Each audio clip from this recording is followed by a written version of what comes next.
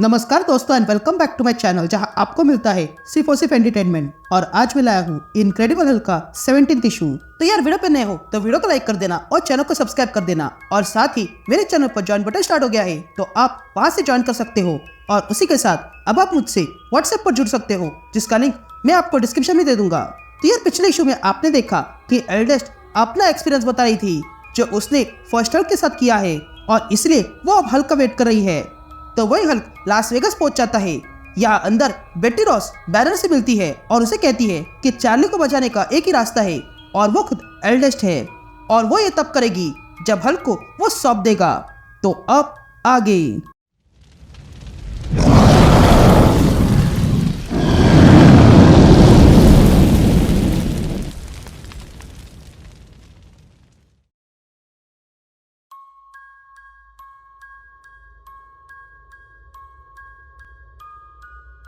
All right gang. तो issue की शुरुआत में हम लास वेगस देखते हैं जहाँ पर एल्डेस्ट हल्क की प्रतीक्षा कर रही थी। तो वही लास वेगस में हम दो लड़कियों को देखते हैं जो टेरेस पे खड़े रहकर अपनी जान दे रहे थे। लेकिन तभी उन्हें कोई रोकता है और कहता है ये तरीका मरने का अजीब है। ये सुनते ही वो लड़कियां सोचने लगती है और मुड़कर देखती है कि ये कौन बोला। और तब उन्हें वहाँ पर एक काली पोशाक पहने हुए गंजा सा आदमी दिखाई देता है जिसके फेस पर अजीब सी स्माइल थी। तभी उस आदमी को देखकर उन दोनों में से एक लड़की उस आदमी से कहती है हमसे दूर रहो। जिस पर वो आदमी इन लड़कियों से कहता है तुम्हारी भाषा सही है, क्या तुम ऊपर नॉर्थ वेस्ट से हो और तुम यहाँ क्या कर रहे हो। जिस पर वो लड़कियां कहती है कि हम तो बस फिल्मों में काम करना चाहते थे। हमें एक बंदा मिला था जिसने कहा था कि वो हमें फिल्मों में काम देगा पर उसके इरादे कुछ और ही थे। हम तो बस फिल्मों में काम करना चाहते थे। ये सुनते ही वो आदमी अपना हाथ इन दोनों के सामने करता है और कहता है सच्चाई ये है कि यहाँ पर तुम जैसे और भी है जिन्हें बहुत कुछ करना है पर उन्हें पीछे फेंका जाता है। तो अगर तुम फिर एक बार किसी अजनबी पर भरोसा कर सकते हो तो मैं तुम्हें वो दे सकता हूँ जो तुम चाहती हो।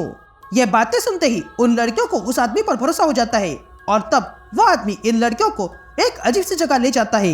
तभी उस जगह पर आने के बाद उन लड़कियों में से एक लड़की कहती है कि इन वेगस के नीचे गुफाएं हैं। जिस पर वो आदमी कहता है हाँ यहाँ पर बहुत दिनों तक गुफाएं हैं क्योंकि हमसे पहले जो यहाँ रहते थे वो बहुत डरते थे और इसलिए उन्होंने ये बनाए और उन्होंने यहाँ पर बहुत सारा खजाना छुपा के रखा है। ये कहते ही वो आदमी उन लड़कियों को एक ऐसी जगह पर लाता है जहाँ पर एक बड़ा सा आसन था जिस पर किसी मॉन्स्टर का सर रखा हुआ था। तभी देखकर उन दोनों लड़कियों में से एक लड़की डर जाती है लेकिन दूसरी उस आदमी से पूछती है ये लोग कौन है। जिस पर वो आदमी कहता है ये लोग भी तुम्हारी तरह छोड़े गए थे और यहाँ आ गए और आज इन लोगों की तरह ही तुम्हें भी वही मिलेगा जो इन्हें मिला है जो सच में तुम्हें स्टार बना देगा। ये कहते वो आदमी उन लोगों को वही आसन दिखाता है। तभी देखकर उनमें से एक लड़की उस आदमी से पूछती है ये स्टेज की तरह है ना, क्या इस पर हमें अपना अभिनय दिखाना होगा। जिस पर वो आदमी कहता है कि बस हम तुम्हें देखने वाले हैं। यह कहते वो आदमी उस लड़की को उस आसन पे बिठाता है लेकिन जैसे ही वो आसन पे बैठ जाती है वैसे ही उस आसन पे रखा हुआ मॉन्स्टर का सर उस लड़की का सर खा जाता है।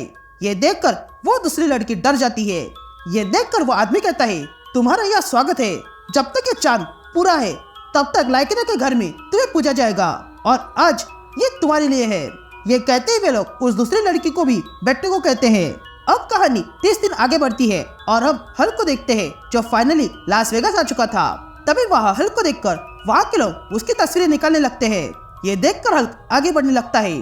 तभी वहाँ की पुलिस आती है और हल्क से कहती है कि प्लीज यहाँ कुछ तोड़ना मत। लेकिन तभी हल्क को एल्डेस्ट के घर में से बड़ी सी ग्रीन लाइट दिखाई देती है।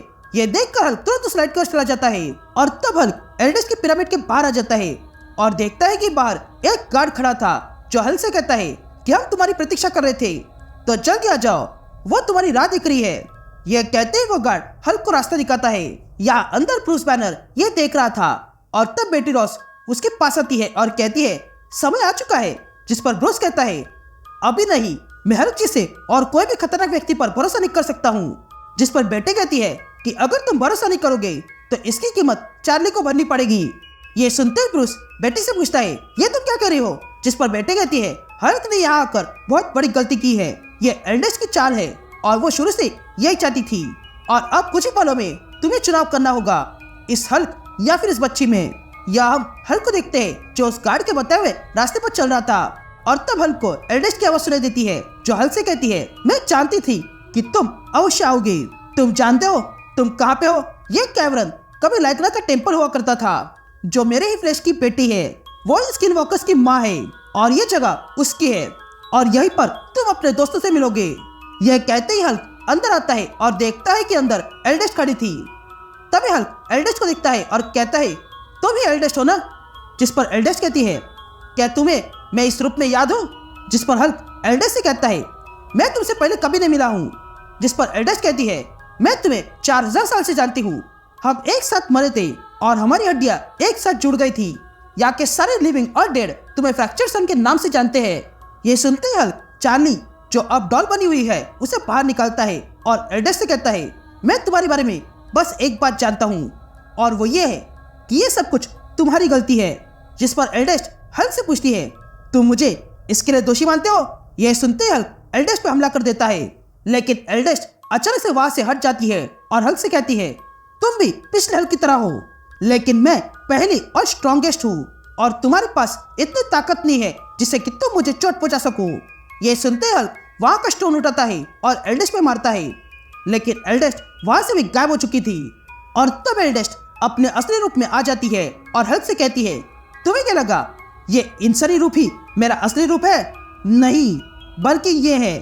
यह कहते एल्डेस्ट अपने असली रूप में आ जाती है और हल्क से कहती है, देखो मेरा असली रूप। और तब एल्डेस्ट अपनी एनर्जी से हल्क को कमजोर कर देती है, जिसके कारण हल्क नीचे गिर जाता है। तभी एल्डेस्ट हल्क से कहती है कि हमारे बीच झगड़े की कोई बात नहीं है। फ्रैक्चर सन, तुमने इस लड़की को लाइकेना के घर लाया है ताकि मैं पुनः जीवित कर सकूं। तो वो होगी, पर वो सिर्फ जीवित ही नहीं बल्कि और स्ट्रांग हो जाएगी और फिर इन्हीं की तरफ बन जाएगी। या ब्रूस ये देख रहा था और तब वो हल्क से कहता है, हल्क ऐसा मत करो, जल्दी चार्ली को लेकर वहां से बाहर निकलो। या बाहर एल्डेस्ट हल्क से कहती है कि तुम्हारे अंदर जो मॉडल है उसकी आवाज में सुन पा रही हूँ, उसका नाम बैनर है ना?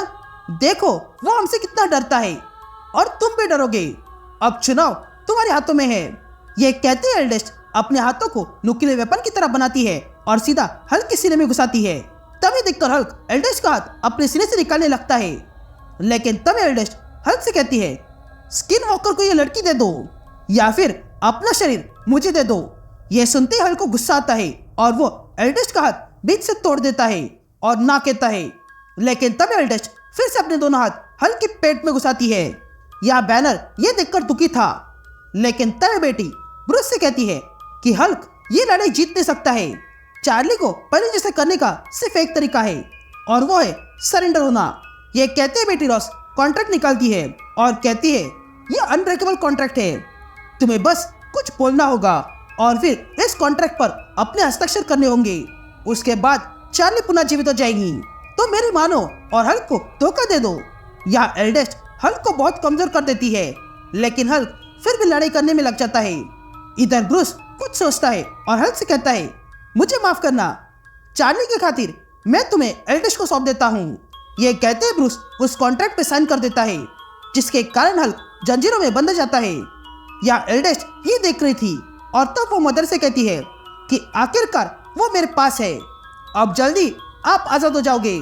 ये कहते हम देखते हैं कि हल्क अब पूरी तरह एल्डेस्ट के वश में था और तब एल्डेस्ट कहती है कि अब मैं इस पूरी दुनिया को ठीक करके रहूंगी। And that's it. ये इशू यही कंटिन्यू होता है।